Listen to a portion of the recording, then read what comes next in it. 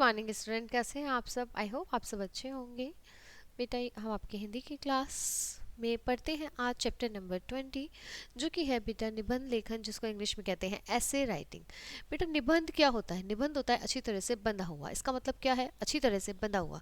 जब हम किसी विषय पर स्वाभाविक रूप से अपने विचार क्रमबद्ध ढंग से प्रकट करते हैं तो ऐसी रचना को क्या कहते हैं बेटा?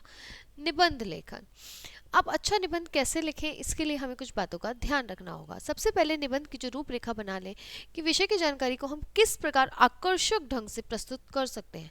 उसके बाद निबंध का एक स्वरूप तैयार कर लें। निबंध के लिए विषय को 4 भागों में बांटा जा सकता है। सबसे पहले विषय का परिचय, विषय का विस्तार और महत्व, फिर विषय से संबंधित जानकारी लिखें। इसके बाद विषय का पक्ष और विपक्ष में अपने विचार देते हुए निष्कर्ष बताएं। सभी बातें क्रम में लिखें और अलग अलग अनुच्छेदों में लिखें। जो बात एक बार कह दी है उसे बार बार ना दोहराएं। नीचे कुछ निबंध दिए जा रहे हैं, इनके आधार पर स्वयं निबंध लिखने का प्रयास कीजिए। जैसे कि पहला निबंध है हमारा स्वतंत्रता दिवस, जिसे बोलते हैं बेटा 15 अगस्त। 15 अगस्त हमारा राष्ट्रीय त्योहार है। 15 अगस्त 1947 को हमारा देश अंग्रेजों के चंगुल से आजाद हुआ था, इसलिए यह दिन हर वर्ष स्वतंत्रता दिवस के रूप में पूरे धूमधाम से मनाया जाता है। स्वतंत्रता पाने के लिए भगत सिंह, राजगुरु और सुखदेव जैसे अनेक वीरों ने अपने प्राणों का बलिदान दिया। स्वतंत्रता दिवस के दिन हम उन वीरों को याद करते हैं जिनके बलिदान से हमें अंग्रेजों की गुलामी से बेटा मुक्ति मिली थी। स्वतंत्रता दिवस का मुख्य समारोह देश की राजधानी दिल्ली में आयोजित किया जाता है। इस दिन भारत के जो प्रधानमंत्री हैं वो लाल किले पर झंडा फहराते हैं और राष्ट्र के नाम का संदेश देते हैं। बड़ी संख्या में लोग वहां एकत्रित होते हैं।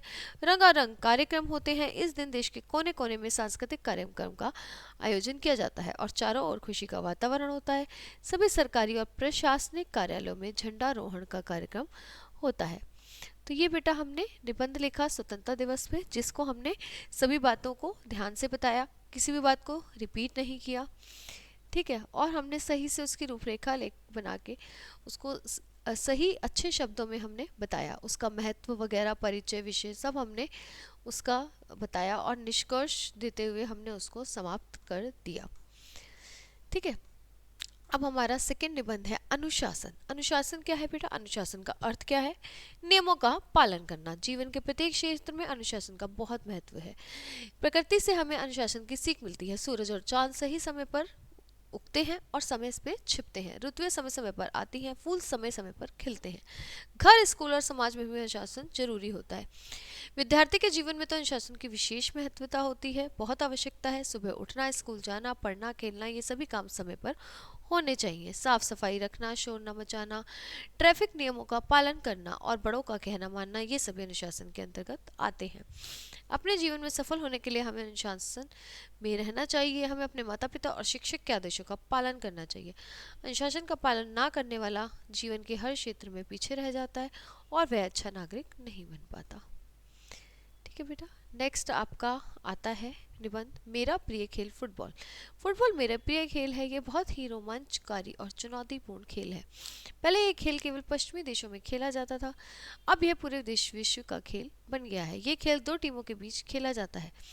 इस खेल की अवधि 90 मिनट होती है, जिसे 45 मिनट में बांटा जाता है। इस खेल में बेटा एक रेफरी और 2 लाइनमैन होते हैं। दोनों टीमों में 11-11 खिलाड़ी होते हैं। प्रत्येक टीम का लक्ष्य क्या होता है? ज़्यादा से ज़्यादा गोल करना। इस खेल के कुछ महत्वपूर्ण नियम होते हैं जिनका सभी खिलाड़ियों को पालन करना होता है। इस खेल की शुरुआत मैदान के बीच से की जाती है। फुटबॉल को गोलकीपर के अलावा कोई भी खिलाड़ी हाथ से नहीं छू सकता। यह खेल एक अच्छा शारीरिक व्यायाम है। यह आमतौर पर स्कूल और कॉलेजों में विद्यार्थियों के स्वास्थ्य के लाभ के लिए खेला जाता है। इस खेल से विद्यार्थियों में एकाग्रता और कौशल का विकास होता है। नेक्स्ट निबंध है बेटा आपका प्रदूषण एक गंभीर समस्या। वर्तमान समय में प्रदूषण सरकार तथा शहरों में रहने वाले प्रत्येक व्यक्ति के लिए एक गंभीर समस्या बन चुका है। यह मात्र एक राष्ट्र ही नहीं वरन संपूर्ण विश्व के लिए एक खतरा बन चुका है। इस युग में जहां एक और हरियाली मिट रही है, वहीं प्रदूषण भी बढ़ रहा है। प्रदूषण के बढ़ने का प्रमुख कारण है जनसंख्या। आज बढ़ती हुई जनसंख्या के कारण खेतों के स्थान पर हर और मकान बने दिखाई दे रहे हैं। कारखानों से निकलने वाला धुआं और बेटा गैस से वातावरण को शुद्ध वायु में मिलाकर उसे दूषित कर रहे हैं, जिससे लोगों में श्वास, त्वचा और फेफड़ों संबंधित रोग बढ़ रहे हैं। सड़कों पर दौड़ने वाले बसों, ट्रकों, कारों, स्कूटरों आदि से निकलने वाले धुएं में ना तो वातावरण को धुंधला कर दिया है, कारखानों और सड़कों पर चलने वाले वाहनों के धुएं के कारण शाम के समय आसमान काले रंग का दिखाई देता है। वातावरण दूषित होने के कारण मनुष्य में बीमारियां बहुत बढ़ रही हैं लगातार। नदियों का पानी जो हमारे लिए बहुत उपयोगी है, उसे भी कारखानों का गंदा पानी और लोगों का मलमूत्र बहाया जा रहा है। तो मृत पशुओं के लोग नदियों के किनारे फेंक देते हैं, जिससे पानी और वायु दोनों ही प्रदूषित होते हैं। हमें प्रदूषण को सरकार की समस्या नहीं बल्कि अपनी स्वयं की समस्या समझना चाहिए। हमें खुली जगह या सड़कों पर कूड़ा कचरा नहीं फेंकना चाहिए। जरा सोचिए, प्रदूषण आज इतनी बड़ी समस्या है, तो आने वाले समय में क्या होगा? अगर हम प्रदूषण को रोकना है तो हमें बढ़ती हुई जनसंख्या पर रोक लगानी होगी, प्राकृतिक संसाधनों के अनुचित प्रयोग पर रोक लगानी होगी, तभी हम प्रदूषण से मुक्ति पा सकते हैं। नेक्स्ट है बेटा हमारा, विज्ञान एक चमत्कार है या अभिशाप। आज का युग ज्ञान का युग है। विज्ञान ने हमारे जीवन को बहुत अधिक प्रभावित कर दिया है। हमारे जीवन में उपयोग में आने वाली जितनी वस्तुएं सुविधाएं हैं, वे सब विज्ञान की ही देन है। विज्ञान से प्राप्त वस्तुओं व सुविधाओं की सूची बहुत बड़ी है। सुई से लेकर हवाई जहाज तक सभी विज्ञान से प्राप्त हुए हैं। चिकित्सा और युद्ध में काम आने वाले सभी उपकरण विज्ञान की ही देन है। और इन सबसे बढ़कर है कंप्यूटर, जिन्हें समस्त विज्ञान को अपने भीतर बसा लिया है। प्राचीन काल में ये यात्रा बहुत कठिन कार्य था। उसमें शक्ति व समय का अधिक व्यय होता था। एक स्थान से दूसरे स्थान पर जाने के लिए बहुत समय लगता था। विशेषकर वृद्धों और बालकों के लिए तो यह अत्यंत कठिन कार्य था। तीर्थ यात्रा पर जाने से पहले वृद्ध जन अपने सगे संबंधियों से भेंट कर लेते थे, क्योंकि वापस लौटने का भरोसा ना के बराबर था। परंतु आज विज्ञान ने इस बात को बीते समय की बात बना दिया है। संसार के एक कोने से दूसरे कोने तक जाने के लिए तमाम सुविधाजनक साधन मौजूद हैं। आज चिकित्सा विज्ञान अपने चरम पर है। ठीक है, मनोरंजन मतलब चिकित्सा में बहुत जो है, अब ऐसा कोई चीज़ नहीं है जिसका इलाज ना हो। पहले बहुत सारे ऐसे जो थी हमारी बीमारियां थी जिनका कोई इलाज नहीं होता था, जो लाइलाज थी, जिनकी वजह से लोगों की मृत्यु हो जाती थी। मनोरंजन से एक से बढ़कर एक साधन उपलब्ध है। उनसे न केवल मनोरंजन होता है बल्कि विभिन्न क्षेत्रों की जानकारी भी बढ़ती है। टीवी पर हम दूर दूर के स्थानों पर होने वाली घटनाओं व दृश्यों को देख लेते हैं। ऐसे स्थान की जहां पहुंचना अत्यंत कठिन है, कैमरे के द्वारा दूर से ली गई तस्वीरें टीवी पर प्रसारित की जाती हैं। फिल्में हो या मैच, कथा वार्ता हो या नेताओं के भाषण, टीवी पर सब कुछ देखा जा सकता है। टीवी पर विद्यार्थियों के लिए अनेक ज्ञानवर्धक कार्यक्रम भी प्रसारित किए जाते हैं। विज्ञान के अनेक लाभ हैं, परंतु विज्ञान के दुरुपयोग से हानियां भी कम नहीं हुई है। विज्ञान के कारण ही जानलेवा बम व्यक्ति को सारी उम्र के लिए अपंग बना देता है। इससे भारी विनाश होता है। विज्ञान एक अच्छा सेवक परंतु बुरा स्वामी है। अतः हमें इसके उपयोग सोच समझ कर बेटा करना चाहिए। अगर हम इसका उपयोग सही तरीके से नहीं करेंगे तो ये हमें अपंग भी बना देगा, मतलब हम इस पर डिपेंडेंट हो जाएंगे। और अगर हम इसका दुरुपयोग करेंगे तो हमें बहुत हानि होगी और इससे भारी विनाश भी होगा। तो हम बेटर है कि हम टीवी पे जो महत्वपूर्ण चीज़ें हैं, जो ज्ञानवर्धक चीज़ें हैं, उन्हें ही देखें, बेकार की चीज़ों को ना देखें। नेक्स्ट निबंध है बेटा हमारा, नेताजी सुभाष चंद्र बोस। नेताजी सुभाष चंद्र बोस का जो भारत के महान नेताओं में नाम लिया जाता है, उन्होंने अपना सारा जीवन मातृभूमि के लिए समर्पित कर दिया। उनकी मृत्यु राष्ट्र के लिए एक ऐसा नुकसान है जिसकी क्षतिपूर्ति नहीं की जा सकती।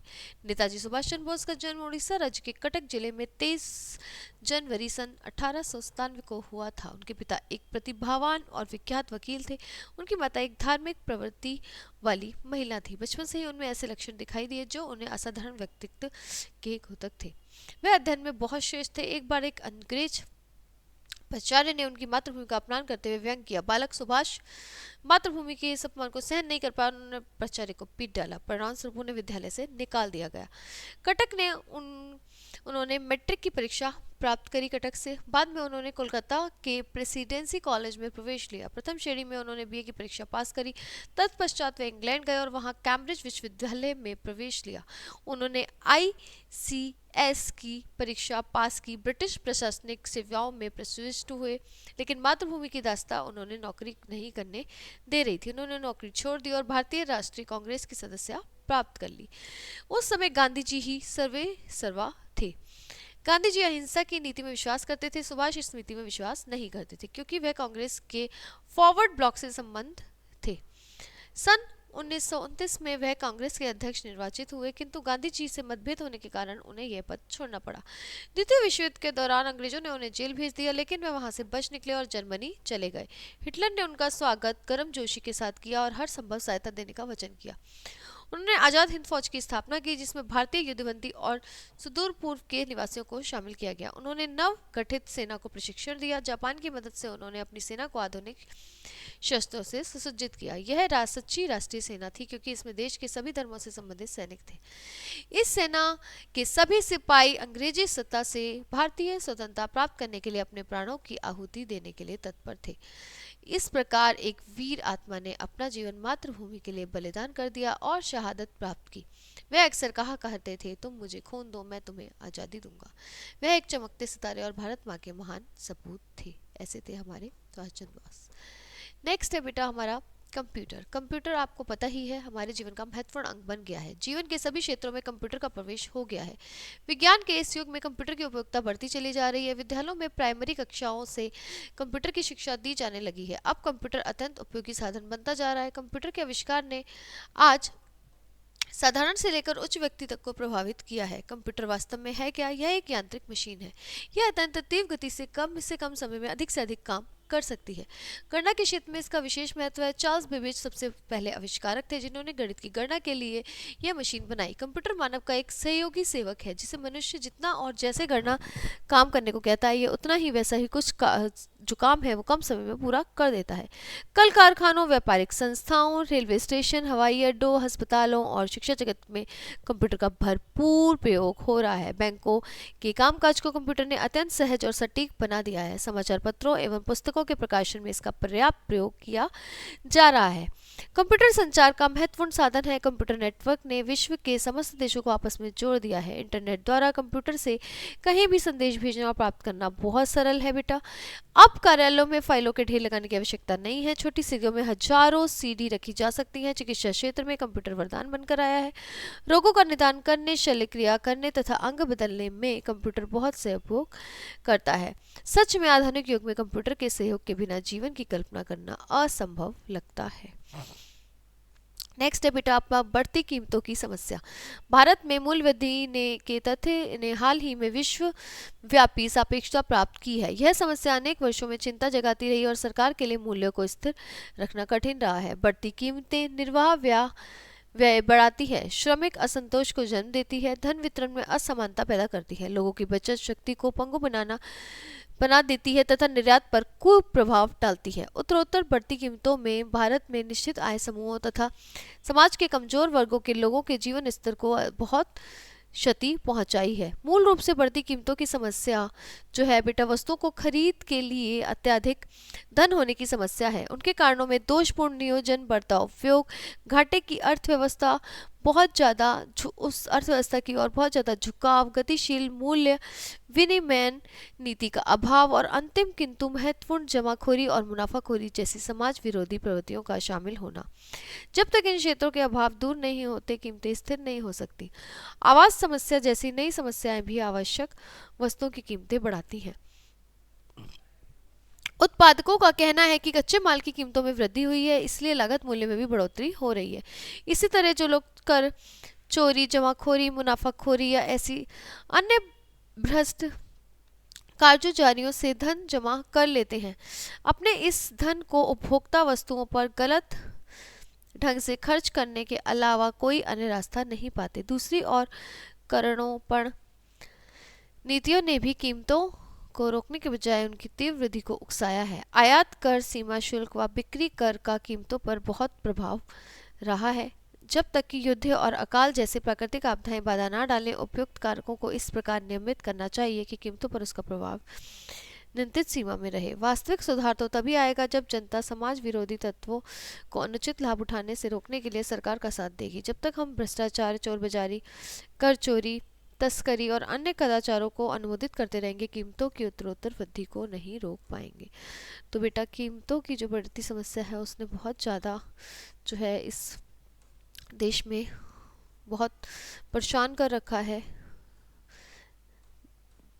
मिडिल क्लास जो है और लोअर क्लास है उन सबको, तो हमें इस पर ज़रूर जो है सरकार को कदम उठाना चाहिए। तो निबंध बेटा हमने देखा, हमने बहुत सारे निबंध पढ़े कि किस तरह से हम अच्छी तरह से बांध कर किसी विषय को क्रमबद्ध ढंग से हम प्रस्तुत कर सकते हैं, तो ऐसी रचना हमारी निबंध रचना कहलाती है।